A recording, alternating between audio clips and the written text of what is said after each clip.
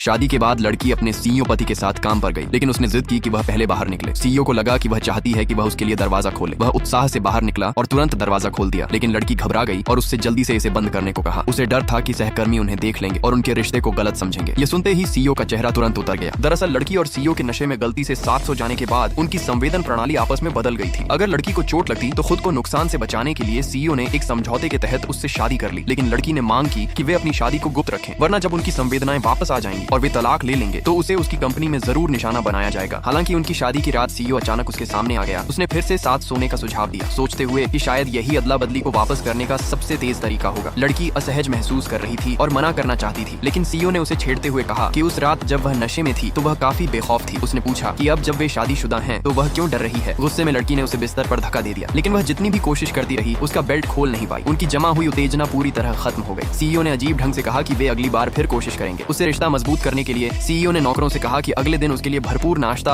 और ढेर सारे अच्छे कपड़े तैयार करें। यह उसकी जिंदगी में पहली बार था जब उसने किसी अमीर व्यक्ति की लग्जरी लाइफ का स्वाद चखा। वह खुशी से मुस्कुराई, लेकिन उसे डर था कि ज्यादा दिखावा करने से सहकर्मियों को शक हो जाएगा। उसने काम पर पहनने के लिए सबसे साधारण कपड़ा चुना, फिर भी सहकर्मियों ने तुरंत पहचान लिया कि वह सैकड़ों हजार युआन कीमत वाला एक लग्जरी ब्रांड है। उन्होंने पूछा कि क्या उसने लॉटरी जीत ली है। लड़की ने अजीब तरह से समझाया कि यह एक सस्ता नकली कपड़ा है जो उसने ऑनलाइन कुछ दर्जन युआन में खरीदा था। सीईओ की मंगेतर ने यह देखा और उसका मजाक उड़ाया। उसने कहा कि लड़की की माँ उनके परिवार की नौकरानी थी और लड़की बचपन से उसके फेंके हुए कपड़े पहनती आई है। वह कभी महंगे कपड़े खरीद ही नहीं सकती। लड़की ने पहले उसे नजरअंदाज किया, लेकिन दोपहर में जब सीईओ ने उसे लंच के लिए बुलाया तो मंगेतर गुस्से में उसके ऑफिस में घुस आई। उसने पूछा कि लड़की उसकी खाने की चीज खाने की हिम्मत कैसे कर सकती है। लड़की ने झूठ कहा कि सीईओ की बांह घायल है और वह उसकी सेक्रेटरी होने के नाते उसे खाना खिला रही है। सीईओ के पास साथ देने के अलावा कोई विकल्प नहीं था। मंगेतर गुस्से में चली गई। लड़की ने शिकायत की कि वह कितनी परेशान करने वाली है। तभी सीईओ के दिमाग में एक शरारती विचार आया। अगले दिन उसने अपने सहायक से कहा कि मंगेतर को बिजनेस ट्रिप पर विदेश भेज दें। फिर उसने सहायक से कहा कि बेडरूम में कुछ रोमांचक चीज तैयार करे, उम्मीद करते हुए कि बिजली के झटकों जैसे तरीके शायद उनकी संवेदनाएं वापस बदलने में मदद करेंगे, लेकिन सहायक ने उसे गलत समझ लिया। उस रात लड़की और सीईओ साथ में गेस्ट रूम में गए। जो उन्होंने देखा उससे वे दोनों चौंक गए।